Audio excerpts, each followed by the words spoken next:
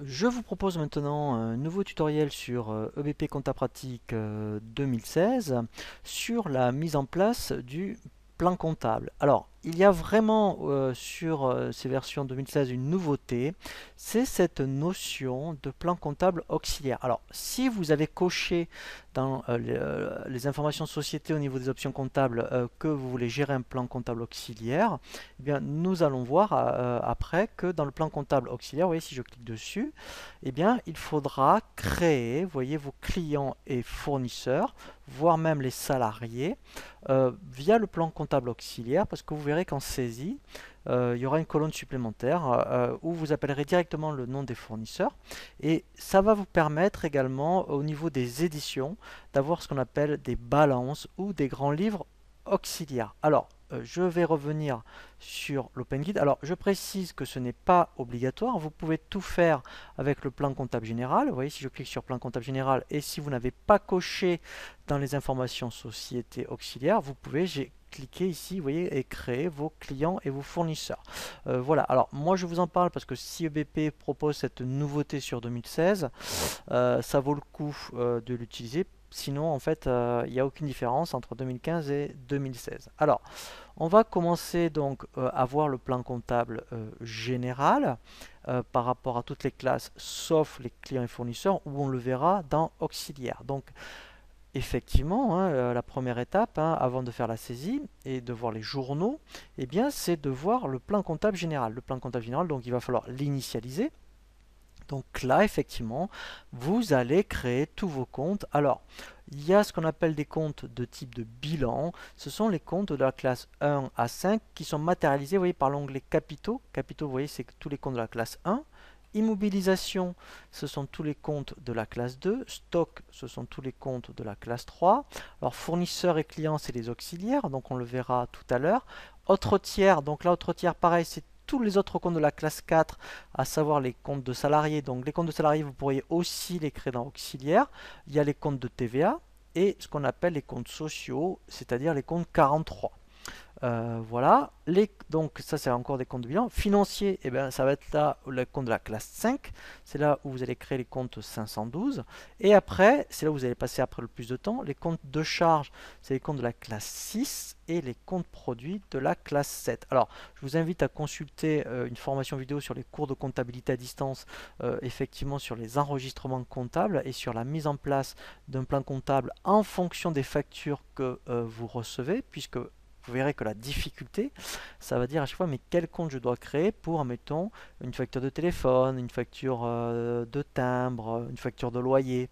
Voilà, parce que en fait, au niveau de la création des comptes proprement dit, il n'y a aucune particularité lorsque j'ai créé un compte de la classe capitaux, immobilisation, par exemple stock. 512 charges et produits. C'est-à-dire, je prends un exemple, je vais sur charge, quand je fais ajouter, donc là, je vais mettre, admettons, un compte 626. Je vais faire exprès, pourquoi? Parce que dans le BP, 626, en fait, il va connaître, admettons, qu'un seul compte. Donc là, si vous, donc, et puis en plus, ça va être parlant pour vous, vous avez, donc vous êtes chez Orange, par exemple, vous avez le téléphone fixe, le téléphone portable et Internet. Eh bien, vous allez créer un 626-300, par exemple, pour le portable Orange. Donc, dès qu'on crée le compte, ici, voilà, on met portable Orange. Et il n'y a rien d'autre à faire. Pourquoi? Parce que tout est déjà coché.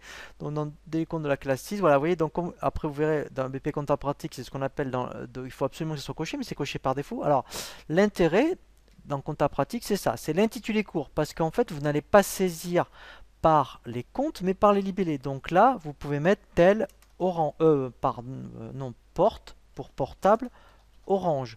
C'est ça que vous allez appeler. Voilà. Alors, et bien sûr, il faut qu'il y ait quelqu'un au préalable qui vous ait créé le plan comptable. Vous allez utiliser les intitulés courts, mais il faut qu'il y ait quand même quelqu'un qui ait fait la démarche de mettre en place ces comptes. Vous voyez, donc, ça c'est le 623, 626.3. Et pour la ligne fixe, alors je vais mettre un 626 4 par. Voilà. Et là, je vais mettre téléphone Orange, c'est-à-dire ou ligne fixe. Comme ça, pour vous, ça sera plus parlant. Ligne fixe Orange.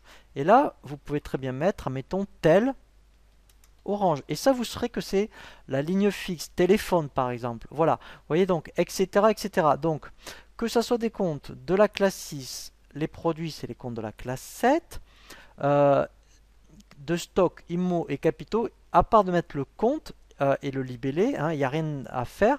Il faut vraiment faire attention. C'est par contre l'intitulé court. C'est l'intitulé court qui fait foi quand on est en saisie pratique. Vous voyez, mettons les ventes, c'est coché. Voilà. Alors, après, effectivement, il y a donc les auxiliaires. Alors, les auxiliaires, c'est pour ça que je vais aller dessus. Vous voyez, donc quand on va dans... C'est là où vous allez passer après le plus de temps, dans le plan comptable auxiliaire. Donc j'ai parlé de Orange. Donc Orange est un fournisseur. Donc quand je vais dans fournisseur ici, voilà, je vais faire ajouter. Voilà. Donc lui il met F pour Orange, hein. Donc vous laissez le F, hein, si vous voulez, et là vous mettez Orange. Voilà. Et là en fait, ici vous mettez Orange. Voilà. Donc tout est déjà paramétré par défaut. Alors, ce qui est important, c'est le mode de règlement. Alors pour Orange, peut-être que vous êtes prélevé, mais ce sera notre fournisseur, vous payez à 30 jours fin de mois. Je vous conseille de mettre les modes de règlement. Comme ça va vous gérer les échéanciers. Alors c'est valable aussi pour les clients. Donc on suppose on payait à 30 jours, par exemple. Alors, en fait, on fait ajouter et on crée le mode de règlement. Donc si c'était, admettons, virement à 30 jours, admettons, mais V30 FM, par exemple. Et là, on met virement, voilà, à 30 jours fin de mois. Voilà. Moyenne paiement, donc là, vous diriez que c'est virement. Voilà. Hein, donc là, je précise, hein, ce serait pour un autre fournisseur autre que Orange. Hein, voilà. Voilà. Ensuite, c'est là. Donc là, vous allez dire que c'est. Alors, ça peut être fin de mois. Et là, dès qu'on met fin de mois, vous voyez, 30,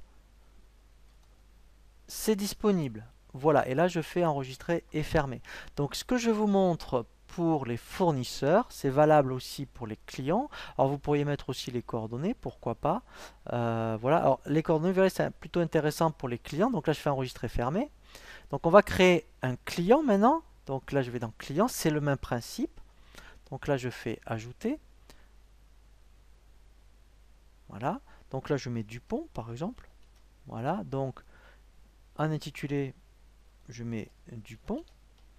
Donc ici pareil, mode de règlement, eh bien il faudrait penser à mettre le mode de règlement. Donc là, donc je vais mettre, mettons, chèque à 30 jours par exemple. Voilà. Vous pourriez mettre les coordonnées. Donc ça c'est intéressant parce que après effectivement on peut faire des petites relances. Voilà. Donc si il y a les coordonnées, c'est bien. Voilà. Et je fais enregistrer, fermer. Et si vous avez donc des salariés, eh bien là, vous voyez, vous avez l'onglet salariés et on fait ajouter. Donc là, en fait, pareil, quand vous saisirez votre comptabilité pour la paye, vous voyez, c'est S pour salarié. En fait, alors un salarié qui s'appelle Durand, par exemple, on met Durand. Voilà. Donc il sait que c'est un, vous voyez, un compte salarié, vous voyez, compte 421, donc ça, voilà. Et là, vous mettez Durand. Voilà. Voilà. Et là, mode de règlement. Alors, enfin, normalement, enfin, on peut le mettre, hein, mais normalement, enfin, ils sont payés au compte, enfin, en fin de mois de suite, mais sinon vous mettez virement. Voilà, et vous faites enregistrer. Voilà, donc la particularité, vous verrez, c'est donc de mettre en place un plan comptable auxiliaire pour les clients, fournisseurs et salariés. Et tout le reste, vous le mettez en plan comptable général. Voilà, et il n'y a aucune spécificité, hein, on l'a vu, pour les charges et les produits, à part de mettre le numéro de compte et le libellé, mais en fait il faut bien faire attention à l'intitulé court, puisque c'est ça qui va faire foi dans la saisie pratique. Voilà, donc la difficulté après, c'est de bien créer votre plan comptable pour dire, en mettant pour chaque facture, quel est le compte que je dois créer. Donc là, je vous invite vraiment, hein, à consulter une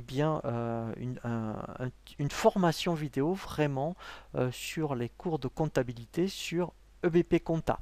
Voilà, donc ensuite, effectivement, une fois que le plan comptable est en place, on va voir effectivement les journaux.